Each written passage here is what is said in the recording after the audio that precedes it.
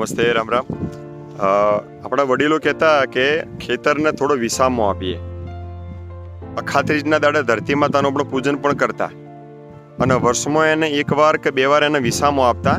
વિસામો તો આપતા, સાથે સાથે લીલો પડવાશ એટલે કે ધરતી માતાનો ખોરાક આપતા. આ આપણી ભારતની પરંપરા હતી. જે ધરતી માતા જીવનભર આપણને પોષણ આપે છે, આપણું ઘર ચલાવે છે, આખો સંસાર ચલાવે છે, એને વર્ષમાં એકવાર એને ભોજન આપવું, આ પરંપરા આપણા વડીલો વર્ષોથી ચાલી આવે છે. પરંતુ આપણે હવે શું કર્યું છીએ, પોતાના ઉત્પાદન લઈએ, સતત ધરતીમાના ધાન અંદર રાખીને આપણે સતત લઈએ છીએ. એટલે એને વિસામો નથી આપતા અથવા એના આપણે ભોજન ધરતી માતાને આપતા નથી. જેમ માણસને ભોજન જુએ છે એમ ધરતી માતાને પણ ભોજન જુએ છે.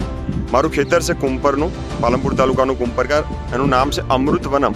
આ અમૃતવનમ ખેતરની અંદર છેલ્લા હું 4 વર્ષથી ઓર્ગેનિક પ્રાકૃતિક ખેતી કરું છું. એની સાથે સાથે ખેતર જ્યારે લીધું ત્યારે એ સમયથી જ ખેતરની અંદર શણનું વાવવાની શરૂઆત કરી હતી. દર વર્ષે એક ખેતરની અંદર ઓર્ગેનિક કાર્બન તરીકે, લીલા પડવાશ તરીકે શણની હું ખેતી કરતો અને એના ફૂલ આવી જાય, ફ્લાવરિંગ આવી જાય ત્યારે એને ખેતરમાં નાખી દેતો. આજે 2 વીઘાના ખેતરમાંથી 21.5 થી 22 બોરી ઘઉંનું ઉત્પાદન થયું. એનું એકમાત્ર કારણ કે આ 4 વર્ષની અંદર ખેતરની અંદર છાણિયું ખાતર પણ નથી નાખ્યું.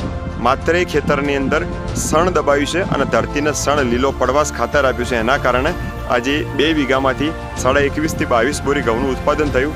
એટલે આપણે ધરતીને વિસામો પણ આપીએ અને વર્ષમાં એકવાર એને લીલા પડવાશ તરીકે લીલું ખાતર એટલે કે એને શણ પણ ખેતરમાં પાછું આપીએ રોટોવેટરના માધ્યમથી. તો એક સારામાં સારું ઉત્પાદન મળે છે. અમારા ખેતરનું એક લાઈવ રિઝલ્ટ છે. ખૂબ સારું ઉત્પાદન મળ્યું છે. 2 વીઘાના ખેતરમાંથી 21.5 થી 22 બોરી ઘઉં પણ નીકળ્યા છે. અને આખી માટી ઓર્ગેનિક કાર્બન વધવાના કારણે અત્યારે બિલકુલ ભૂરભૂરી માટી બની ગઈ છે અને એની અંદર અળસિયાની માત્રા પણ વધી છે. એટલે આપણે ધરતી માતાને વિસામો આપવો પણ પડશે. ધરતી માતાના અમૃત ખાત પણ આપવું પડશે. યુરિયા, DAP, પેસ્ટિસાઇડ નહીં. કારણ કે અત્યારે એક રિસન્ટલી એક એવું સર્વે થયું છે કે નવજાત બાળકોના 30 બાળકોનો એક સર્વે થયો, નવજાત બાળકોનો.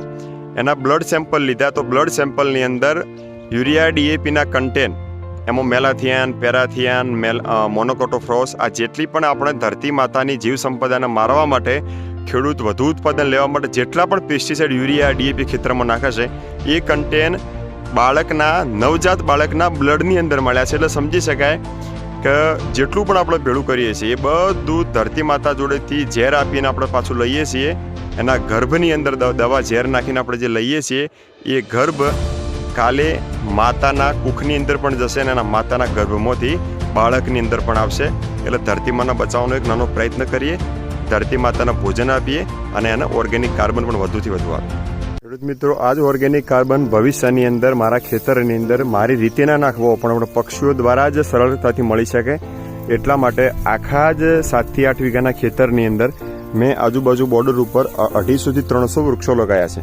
આ 250 થી 300 વૃક્ષો 2 થી 3 વર્ષની અંદર મોટા થઈ જશે અને આની ઉપર અવનવા પક્ષીઓ પોતાનો વિસામો કરશે. એમના બીટીની અંદરથી ફોસ્ફરસ, પોટેશિયમ, ઝીંક જેટલા પણ એના બીટીની અંદરથી અને વનસ્પતિના પાંદડા એ જ ઓર્ગેનિક કાર્બન પૂર્વ, પશ્ચિમ, ઉત્તર, દક્ષિણના પવનોથી આ જ વનસ્પતિના પાંદડા ખેતરમાં આવશે, આ જ પક્ષીઓની બીટ ખેતરમાં આવશે અને એના કારણે ઓર્ગેનિક કાર્બનની ઓટોમેટિક માત્રા વધશે અને એના કારણે પણ જીવ પણ સુખી રહેશે. આની અંદરથી જે ભોજન આવે છે એ પણ અમૃત આહાર આવશે.